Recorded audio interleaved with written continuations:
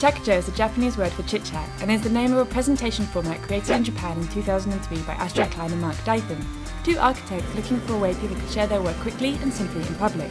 Since then, the idea has spread to over 700 cities around the world. At every Pachakaja night, creative thinkers come together and share their ideas with only 20 images shown for 20 seconds each. Pachakaja, a fast, fun format. Find a location. Join the conversation. Our next speaker considers both Newark, New Jersey and Tokyo, Japan to be home, earned a master's degree from Salisbury University, and currently serves as the Director of Residence Life at Rutgers University, Newark. He is bilingual in English and Japanese, is an avid Survivor fan, though he's not sure he would apply, and is willing to reluctantly admit that he is both a fan and a season ticket holder for the New York Jets.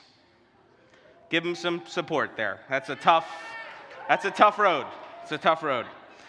Here to share his perspective on how introverts fit into the student affairs field, please welcome to the stage Shigeo Iwamiya.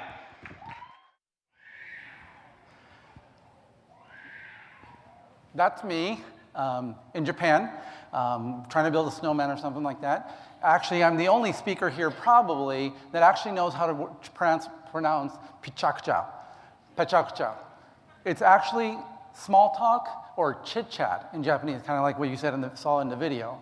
It's kind of weird that I'm talking about a small talk about introverts because in some ways it's really, really conflicting for what I want to talk about.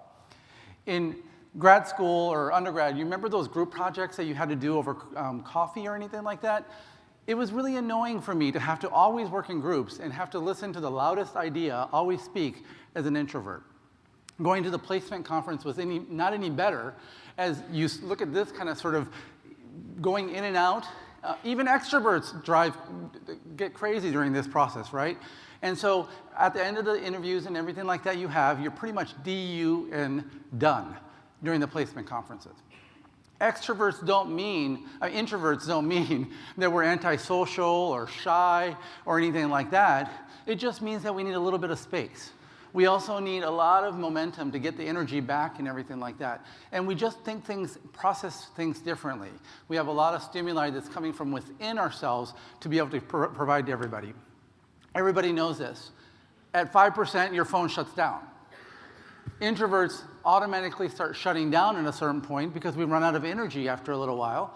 And then we need to find a quiet corner where most outlets are and try to recharge ourselves in any way.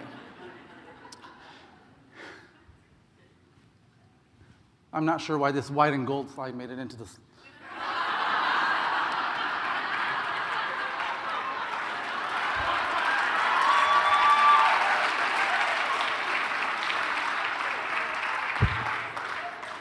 I think I just lost like 15 seconds just on that.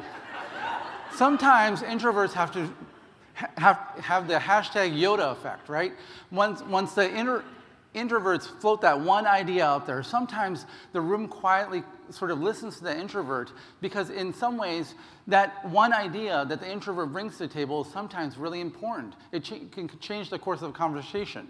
Introverts are often creative. You just saw Sue present all of her art up there, and they're working in the right capacity. Introverts can really contribute to the conversation by bringing a lot of creative energy and a lot of art related, a lot of any kind of creative. I lost my train of thought with the white and gold thing. Sorry about that. There's Jay-Z. I thought he was cool, so I thought I wanted to include that. Introverts are really good at public speaking, too. You just saw Kristen deliver an amazing message up here. She considers herself an introvert, but when an introvert comes up here and does something really, really sort of brave like this, it is a really powerful message. You can see this right now happening, maybe. This is for the live broad audience people that are listening right now. But it's a reminder for us to kind of remember what our environment is. Let me think about all the things that it's more introvert or extrovert friendly for our environments that we put in. This is our dining hall. We tell our students to go to this. You see some people like scattered around sitting by themselves, but in many ways, our dining halls are set up for extroverts to be really successful. Introverts don't do very well. You can't gain energy back. You can't really sort of sit and relax at these kind of places. ACPA, socials, introverts don't do very well in these kind of environments as well. Yesterday, I didn't go to the LGBT big social because I wanted to, but at the same time, I was consumed by this sort of giving this presentation, but at the same time, I really didn't feel comfortable going there because at the end of the day, it's late at night. I didn't want to go and hang out because I was slightly worried that people are going to start to think that I was boring or antisocial. Introverts also sort of struggle with FOMO so much in the same way. I don't know why I'm doing air hashtags, I'm sorry. In many ways, we struggle with the idea that we might miss out on things. So we always go to things, but the moment we show up, we kind of want to leave. One of the greatest introverts that we know, Rosa Parks, quietly, for what she didn't do, is remembered. She didn't give up her seat. And 50 years later, today, we celebrate the 50-year anniversary of Selma March. Another powerful introvert, J.K. Rowling. Without her quiet space, Harry Potter would just be a 13-year-old boy walking around London. Dumbledore would have been just a little skinny little guy that looks a little bit like Santa Claus, walking around all over the place.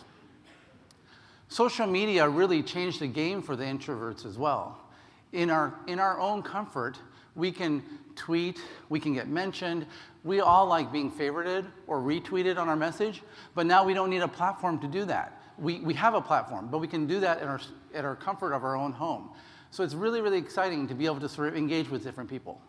But this whole talk is not about introverts versus extroverts. It is about introverts and extroverts working together to accomplish one mission. Imagine a world where the loud and flashy voices could be just as powerful as the quiet and peaceful voices. If they come together, our student population could be really benefited from that. Also, it is important to consider all different forms of ideas coming together at the same time. Think about if everybody brainstormed ideas individually and then brought together in one room so that the equal voices were heard, not just the loudest, not just the most flashiest voices, but everybody's voice. And remember, although Left Shark was popular, without Right Shark, you would have never known that he was wrong. So in order for this to work, both sharks need to be there, or if you don't, it's just one shark dancing next to Katy Perry. This is Kyoto, Japan, one of my favorite cities in the world. It is known for this quietness and the stillness it has brought to Japanese culture. Look around. There is so much quiet beauty everywhere. If you take the time to listen, something powerful will happen. Thank you very much.